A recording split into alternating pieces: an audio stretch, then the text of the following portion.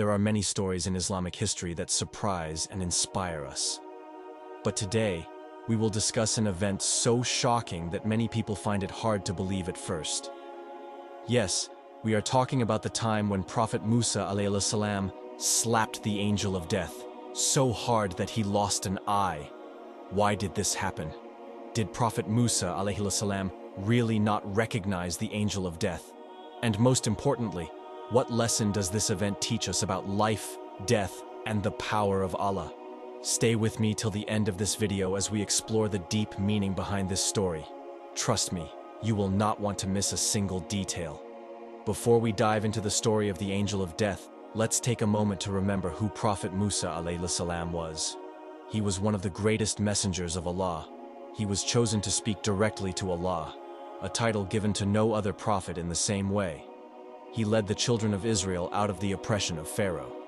He performed miracles by the will of Allah, including splitting the sea and bringing water from a rock. Yet, despite his power and wisdom, he was still a human, and like all humans, his time on earth was destined to end. But the way his final moments unfolded was unlike any other prophet's story. One day, Allah commanded Angel Azrael, the angel of death, to take the soul of Prophet Musa alayhi salam. Now, let's pause for a moment and think. How does the angel of death normally take someone's soul? In Islamic teachings, we learn that when the time of death arrives, the angel of death comes to extract the soul. For righteous believers, the process is gentle, like a drop of water sliding out of a glass. But for sinners, it can be painful and harsh. However, this situation was different. Prophet Musa alayhi salam was no ordinary man. He was a mighty prophet, a leader, and a warrior. So, when the angel of death came to him, he did not come in his true form. Instead, he appeared as a normal man. Now imagine this. You are alone, and suddenly, a strange man enters your home. He doesn't introduce himself. He doesn't explain why he is there. He simply tells you that your time has come. What would you do?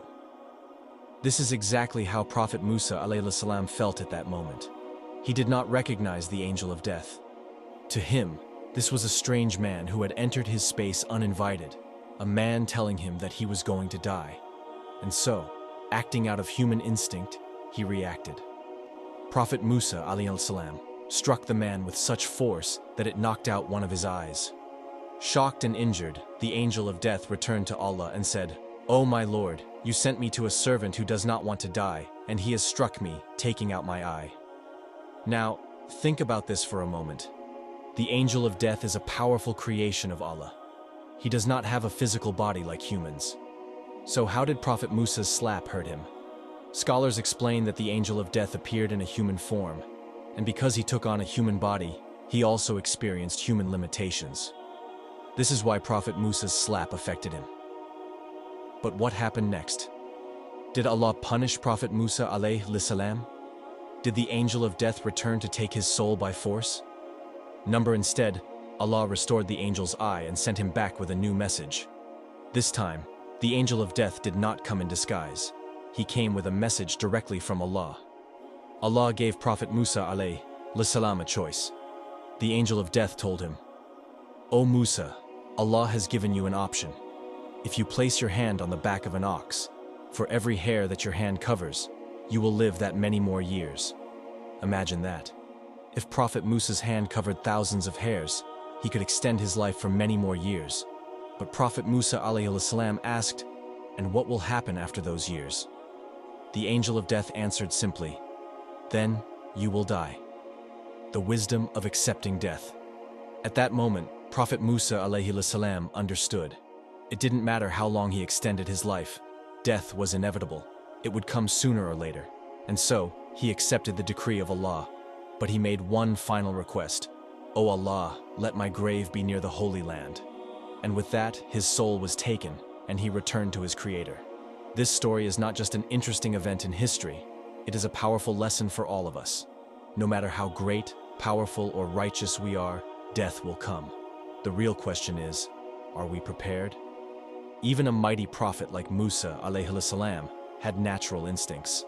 This reminds us that emotions and reactions are part of being human, but we must learn to control them with wisdom.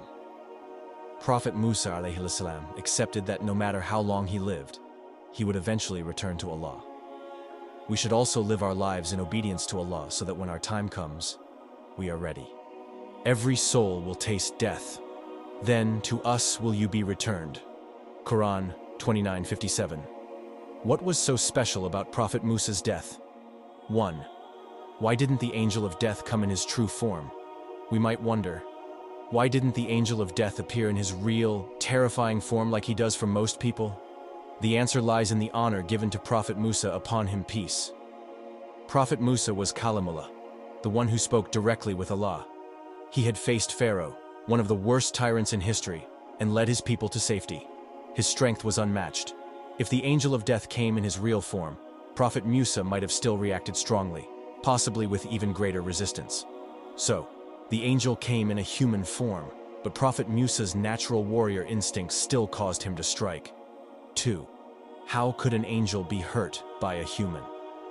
One of the most intriguing questions is, how could Prophet Musa slap an angel so hard that he lost an eye? Aren't angels made of light? The answer is found in Islamic teachings. Angels are normally unseen and untouchable, but when they appear in human form, they take on human-like qualities, including the ability to feel pain. Prophet Musa alayhi salam was known for his incredible physical strength. His one strike was powerful enough to knock down a full-grown man. Because the angel of death was in human form, he was vulnerable to physical force. This was a rare moment in history where a human overpowered an angel, but only because Allah allowed it to happen for a greater purpose. 3. The symbolism of the ox's hairs. When the angel of death returned with Allah's message, Prophet Musa was given a choice. Place your hand on the back of an ox, and for every hair your hand covers, you will live that many more years. But Prophet Musa alayhi salam asked, what happens after those years? The angel replied, then you will die. At that moment, Prophet Musa realized, no matter how much time we are given, we will still face death. It does not matter whether we live for a short time or a long time. What matters is how we prepare for the hereafter. Prophet Musa chose to submit to Allah's will, rather than delay the inevitable. This is one of the greatest lessons of this story. What happens when the angel of death comes to us? Now that we have understood Prophet Musa's unique encounter with the angel of death, let's reflect on an important question. What will it be like when the angel of death comes for us? The Prophet Muhammad ﷺ taught us that the experience of death is different for every soul. For the righteous believers, the angel of death will come with a gentle, glowing face, bringing peace. He will tell the soul, "O good soul, come out to the mercy of Allah." The soul will leave the body easily, like a drop of water sliding out of a glass. Angels will wrap it in heavenly silk and take it up towards Allah. For the sinners and disbelievers, the angel of death will appear in a terrifying form with dark and rough angels. He will say, "O evil soul, come out to the punishment of Allah." The soul will be ripped out with extreme pain, like a thorny branch being pulled through wet wool. It will be wrapped in a foul-smelling cloth and taken to a place of suffering. The question is, which group will we be in? We do not know when or where the angel of death will come for us, but we do know one thing. Every soul shall taste death, and to us you will be returned. Quran 29:57. So how can we prepare for this moment? Pray our daily 5 prayers on time. Read and reflect on the Quran regularly. Increase our dua and remembrance of Allah. No one is perfect, but we can always repent and seek Allah's mercy. Allah loves those who turn to Him with sincerity. Help others, give charity, and spread kindness. Even small deeds done sincerely will weigh heavily on the scale of good deeds on the Day of Judgment. Where is Prophet Musa's grave? One of the mysteries of Islamic history is, where is Prophet Musa alayhi salam buried? Before his soul was taken, he made a final request. "O Allah, let my grave be near the Holy Land." The Prophet Muhammad ﷺ later revealed, "If I were there, I would show you his grave beside the red sand hill, near the sacred land." To this day, the exact location remains unknown, but many believe he was buried near Jerusalem. This incredible event in history holds many life-changing lessons. Let's go over the most powerful takeaways. Prophet Musa alayhi salam was one of the mightiest prophets. But when the time came, even he had to accept death. No matter how powerful we are, we all belong to Allah. Prophet Musa alayhi salam did not expect the angel of death that day. In the same way, we will not know when our time comes. Are we living our lives as if we could meet Allah today? Prophet Musa alayhi salam was given a chance to extend his life, but he declined. He understood that this world is temporary. The real life begins in the hereafter. Are we focusing too much on this world and forgetting our final destination? A powerful message for all of us. If you've made it this far, this message was meant for you. Take a moment to reflect. Are we ready to meet Allah? Are we living in obedience or distraction? Have we prepared for the day when our names will be called? Now is the time to change. Now is the time to seek Allah's mercy. Now is the time to make every moment count. May Allah bless us all with a righteous ending and grant us Jannah. Ameen. O soul at peace, return to your Lord, well-pleased and well-pleasing. Enter among my servants and enter my paradise. Quran 89:27-30. If you found this video meaningful, don't forget to like, share, and subscribe. Let's spread the wisdom of Islam together. May Allah guide us all. Ameen.